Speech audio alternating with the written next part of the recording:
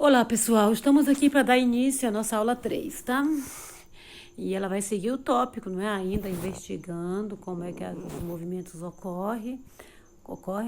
E tem esse tópico aqui, ó, coisas que se deslocam. Iniciaremos esse estudo dos movimentos perguntando como as coisas fazem para se mover. Aí nós vamos fazer aqui uma análise, tá? Sobre alguns entes, algumas coisas, né? Que estão dotadas de movimento e qual é o movimento que eles têm. Por exemplo, as galáxias, né? A velocidade que se tem dele é de cerca de 1.500.000 metros por segundo. Nós temos aqui os movimentos que estão em torno de 100.000 metros por segundo. O movimento de rotação orbital da Terra, movimento orbital, desculpa, não é de rotação, movimento orbital da Terra, é em cerca de 30.000 metros por segundo. Satélite, ele tem um movimento de 7.500 metros por segundo, satélites artificiais. Um avião, 200 metros por segundo. Um falcão, 100 metros por segundo. A bala de um revólver, em média, 700 metros por segundo. O som no ar, 340 metros por segundo. O animal mais rápido da natureza é o guepardo, 30 metros por segundo. O falcão, 100 metros por segundo. O automóvel, 20 metros por segundo. Uma pessoa correndo em torno de 3 metros por segundo. Uma pessoa passeando, 0,7 metros por segundo. E o bicho preguiça, 0,07 metros por segundo. E a lesma, 0,006 metros por segundo. Observem que como é que vai variar esses movimentos. Na casa dos 100 milhões, tá, as galáxias. Na casa dos 10 mil, na ordem dos 10 mil, nós temos aí o planeta Terra, movimento orbital. Na ordem de 1.000, nós temos aí, na ordem de grandeza de 1.000, o movimento dos satélites artificiais. Das centenas de unidades de metros por segundo, nós temos aviões. Na ordem de grandeza de 10 unidades, temos aí tubarão, um corredor. E na ordem de grandeza de 1, nós temos aí as pessoas correndo. Corredor, um atleta, né? Nós temos aí uma pessoa caminhando na ordem de 0,1 metro por segundo. E por último, nós temos o bicho preguiça, né? Na ordem do centésimo, né?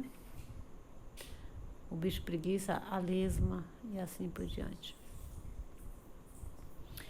Ainda falando a respeito disso, nós temos aqui, ó, coisas que se deslocam. Cada coisa que se desloca parece se mover através de um meio diferente.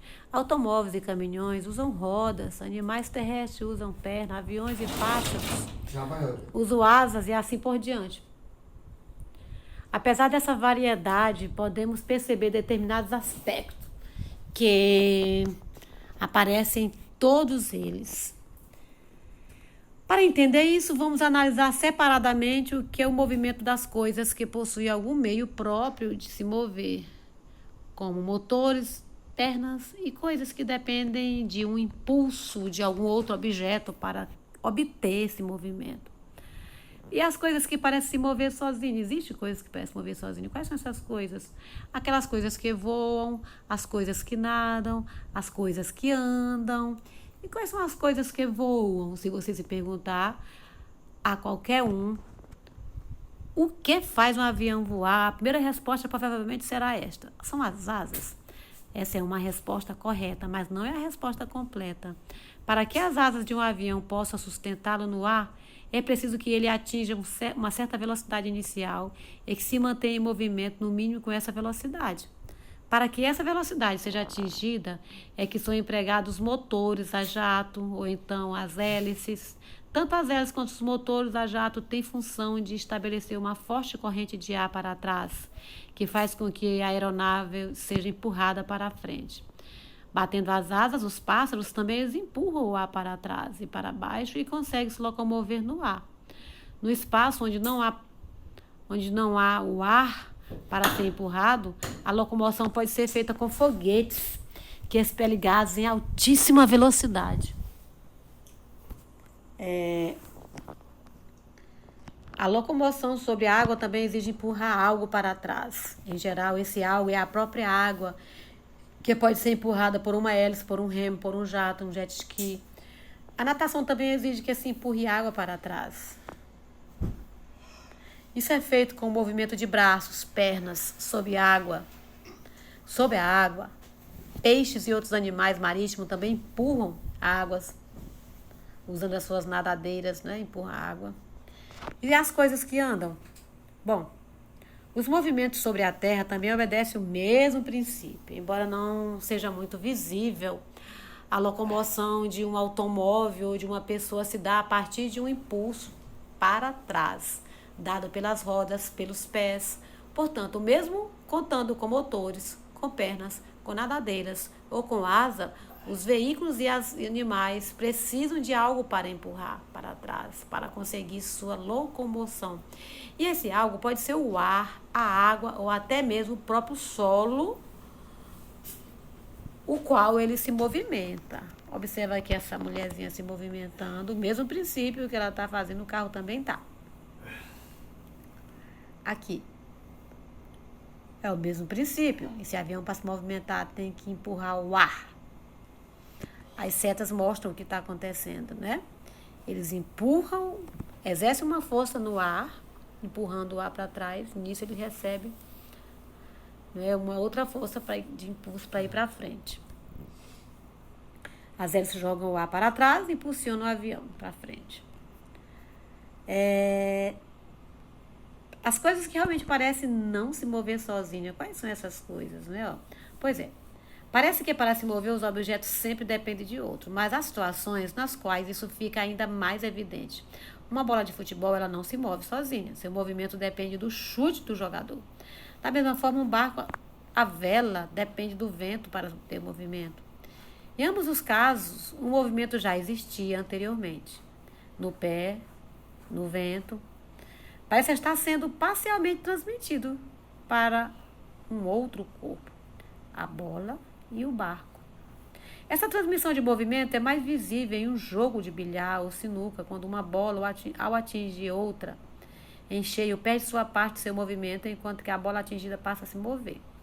Parece que o movimento que estava na primeira bola foi transferido para a segunda. Então, a gente vê aqui, um professor de física ilustrando a transmissão de movimento. Observe aqui. O mesmo acontece quando uma onda atinge uma prancha de surf, cedendo a ela parte de seu movimento e dando ao border devida diversão. Em todos esses exemplos, um corpo sem motor ou alguma outra fonte de propulsão própria obtém seu movimento de um outro que já se movia antes, tirando-lhe parte deste movimento. Aqui nós temos a experiência, né? Olha, gaste seu tempo. Aqui nós temos uma flechinha. Tá? A figura mostra um brinquedo que é uma miniatura plástica de uma arma antiga usada para disparar flechas, conhecida como o nome de besta. Quando deixamos uma bestinha cair no chão, às vezes ela dispara, percebemos que a flechinha vai para um lado e a arma vai para o outro. Tente fazer este teste. Há alguma semelhança com o recuo ou de uma arma de fogo?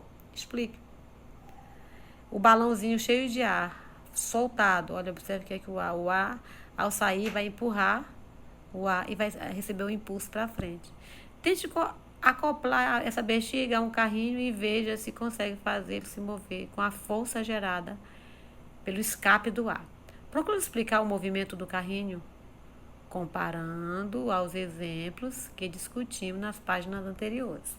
Aqui nós temos o canhão efervescente, digamos que seja um sonrisal que esteja se desmanchando aí dentro, né? Tubo efervescente, tubo menor e uma rolinha abafando ali.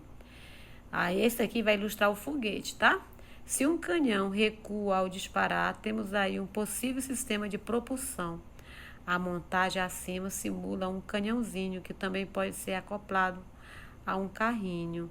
Uma dica: aperte bem a rolha no tubo, explique os movimentos das partes do sistema. Então, aqui trata de um experimento a ser feito, cumprido e apresentado. Construa hoje mesmo outro parquinho que não se mova sozinho. Olha aqui, isso aqui eu já até passei. Alguns alunos até me entregaram esse experimento aqui. Ele está na página 12.